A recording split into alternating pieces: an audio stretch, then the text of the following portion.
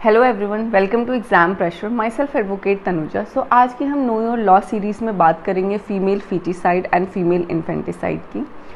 सो इसको डिस्कस करने से पहले आइए हम कुछ इससे जुड़े स्टैटिस्टिक्स की बात करते हैं। नेशनल हेल्थ स्कीम सर्वे की अगर हम माने तो 1990 के दशक में प्रति 1000 पुरुषों की तुलना में महिलाओं की संख्या 927 थी, जो कि 2005 और 6 के सर्वे में बढ़ करके महिलाओं की संख्या 1000 हो गई प्रति वर्ष 1000 पुरुषों की तुलना में। अगेन इसमें एक डाउनफॉल देखा गया इन 2015 एंड 16 के सर्वे में, जो कि महिलाओं की संख्या 991 हो गई प्रति 1000 पुरुषों की तुलना में। But in the recent times हमने अभी तक की हम सबसे बेहतर स्थिति में हैं। अभी तक में इतना अच्छा रेशियो नहीं देखा गया है, जो कि 1020 महिलाओं की संख्या हो गई है प्रति 1000 पुरुषों की तुलना में। सो आज का मेरा टॉपिक लेने का यही रीज़न था, ताकि लोगों में अवेयरनेस आए और जो स्थिति हमने 2020 में देखी वही स्थिति हमें फ्यूचर में भी देखने को मिले। So let's get started with our video. So let's move. So आज की वीडियो में हम सबसे पहले बात करेंगे what is female foeticide and female infanticide. उसके बाद हम इसके कॉजेज़ को जानेंगे कि इंडिया में ये इतना प्रेवलेंट क्यों है। उसके बाद नेक्स्ट पॉइंट में हम इससे रिलेटेड लॉस के बारे में डिस्कस करेंगे कि क्या क्या प्रोविजंस अवेलेबल हैं related with the female foeticide and infanticide. And at the end we will talk कि गवर्नमेंट ने इसके रिगार्डिंग क्या क्या ऐसे स्टेप्स लिए हैं जिसकी वजह से स्थिति में सुधार हुआ है। आइए इसमें हम सबसे पहले बात करते हैं कि फ़ीमेल फीटिसाइड क्या होता है। इसमें आफ्टर दी अगर आप कोई भी ऐसा टेस्ट कंडक्ट कराते हैं ऑन अ प्रेग्नेंट वुमेन, जिससे ये पता चले कि उसके पेट में पल रहा बच्चा का सेक्स क्या है, वो लड़का है या लड़की है, और आपको ये पता चलता है कि वो लड़की है, उसके पेट में जो पल रहा बच्चा है, और इस बेसिस पे आप अबॉर्ट करा देते हैं, ऐसी स्थिति को हम फीमेल फीटिसाइड कहते हैं। दूसरा होता है फीमेल इन्फेंटिसाइड। इट मीन्स कि जब आपका बच्चा पैदा हो जाता है, वो आपकी बेसिकली जो बच्चा होता है वो लड़की पैदा होती है, और इस बेसिस पे कि वो लड़की है आप उसे मार देते हैं या उससे ऐसी स्थिति में रखते हैं जिससे उसकी मृत्यु हो जाती है, तो उसे हम फीमेल इन्फेंटिसाइड कहेंगे। सो आइए अब इसके नेक्स्ट पार्ट में हम डिस्कस करते हैं कि what are the reasons behind the female foeticide and infanticide. इसमें सबसे पहला रीज़न आता है because of the patriarchal society. ये फीमेल फीटिसाइड काफ़ी प्रेवलेंट हैं, क्योंकि हमारे यहाँ पे पुरुषों को ज़्यादा महत्व दिया जाता है महिलाओं की तुलना में, और हमारी पेट्रियार्कल सोसाइटी उसके वजह से लड़कियां कहीं ना कहीं शादी करके दूसरे घर, जो हमारा एक बेसिकली जो सोशल स्ट्रक्चर है कि लड़कियां शादी करके दूसरे घर जाती हैं, उस वजह से they take women as a liability rather than an asset. उन्हें लगता है कि लेटर स्टेज पे तो मतलब माँ बाप की सेवा केवल लड़के ही करेंगे। So I feel this is one of the reasons behind it. इसमें अगर हम अगले रीज़न की बात करें तो है dowry system. Because of the heavy amount of money investment in a girls marriage, they feel कि अगर लड़की पैदा हो रही है तो वो एक तरीके से उन्हें बचपन से उसके लिए जोड़ना पड़ेगा, अगर लड़का होता है तो उसको बेसिकली वो पैसा मिलेगा। So they think boys as a asset in that matter. उसके बाद रीज़न आता है कि because of the are society women's are not safe. So अगर कोई लड़की पैदा होती है तो उनके लिए एक सिक्योरिटी प्रोवाइड करना भी एक चैलेंजिंग हो जाता है पेरेंट्स के लिए। इस रीज़न से भी उन्हें लगता है कि कहीं ना कहीं लड़का बेहतर है लड़की से। So these are the main important reason which I feel because of that female foeticide and infanticides are prevalent in India. So आइए इससे जुड़े हम एक्ट्स की बात करते हैं जो कि फ़ीमेल फीटिसाइड और फीमेल इन्फेंटिसाइड से जुड़ा हुआ है।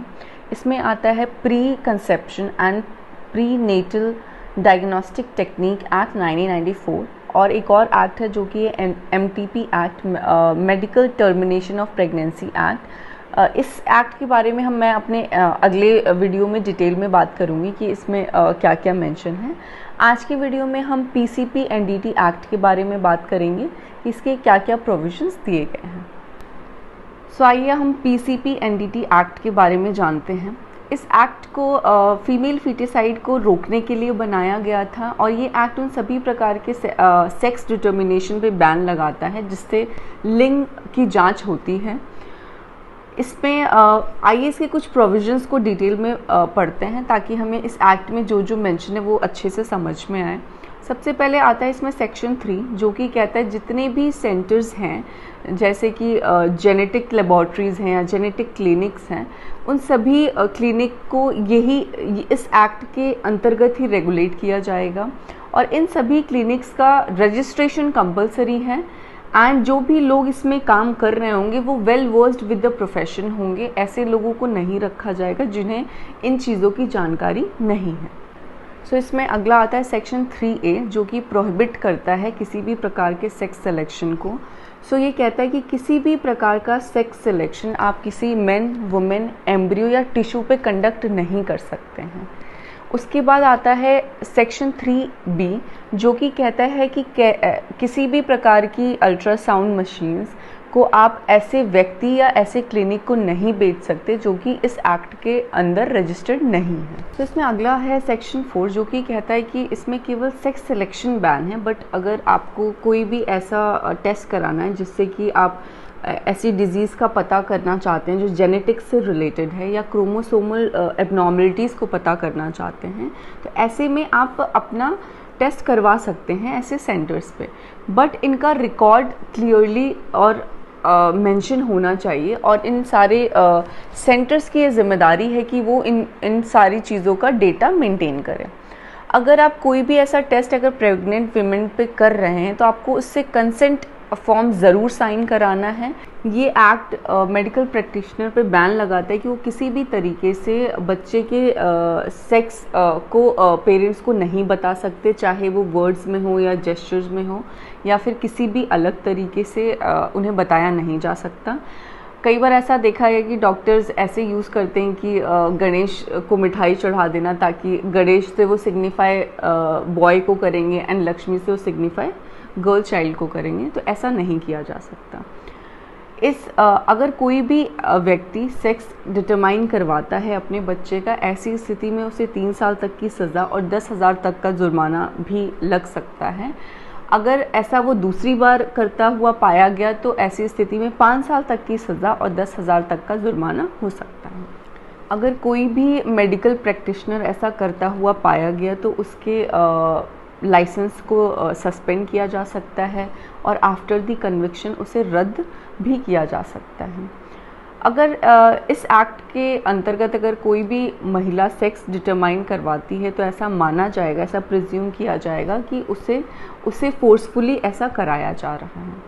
इस एक्ट में जितने भी ऑफेंसेस दिए गए हैं वो सारे कॉग्निजेबल ऑफेंसेस हैं, नॉन बेलेबल ऑफेंसेस हैं, नॉन कंपाउंडेबल ऑफेंसेस की श्रेणी में आते हैं। आइए लास्टली अब हम इसमें बात करते हैं कि इसके फीमेल फीटिसाइड या फिर फीमेल इन्फेंटिसाइड को कम करने के लिए क्या क्या ऐसे स्टेप्स लिए गए। इसमें सबसे पहला इसे वाइडली एडवर्टाइज़ किया गया कि ऐसा करना गलत है और इसके क्या क्या रेपरकशंस हो सकते हैं। बहुत सारे टीवी चैनल्स ने इसमें साथ दिया। इवन एक बहुत बड़ा शो भी आया था, आप सबको याद होगा, सत्यमेव जयते, जिसको वाइडली इंडिया में देखा गया और लोगों ने इससे काफ़ी कनेक्ट किया और इसे पसंद भी किया। और उस वक्त में इस मुद्दों को काफ़ी डिस्कस भी किया गया। इसके बाद गवर्नमेंट ने बहुत सारी स्कीम्स चलाई, जैसे कि 2015 में स्कीम चलाई बेटी बचाओ बेटी पढ़ाओ, धन लक्ष्मी जैसी स्कीमें भी चलाई गई। इस पे state government plus central government दोनों ने मिलकर काम करने की कोशिश की एंड शायद आज उसी का नतीजा है कि 2020 के जो डेटा हैं उसमें वुमेन का सेक्स रेशियो काफ़ी बेटर है एंड आई थिंक इसी तरह अगर चलता रहा तो ये सेक्स रेशियो टाइम से और बेहतर ही होगा और इसमें हम कमी या डाउनफॉल आगे नहीं देखेंगे। That's all for today's video. I hope आपको फीमेल फीटिसाइड एंड इन्फेंटिसाइड समझ में आया होगा। वैसे मैंने बहुत डिटेल में तो नहीं, बिकॉज उसमें बहुत सारे सेक्शंस हैं, उनको एक बार में डिस्कस करना एक वीडियो में तो काफ़ी मुश्किल है, बट एक ओवरऑल व्यू देने की कोशिश की है ताकि आपको एक ओवरऑल चीज़ें समझ में आ पाएँ। आई होप आपको समझ में आया होगा। अगर आपको समझ में आ रहा है मेरा कंटेंट तो do like, share, comment and subscribe to my channel and do hit the bell icon so that you can get the notification of my new videos. Thank you so much. Thank you.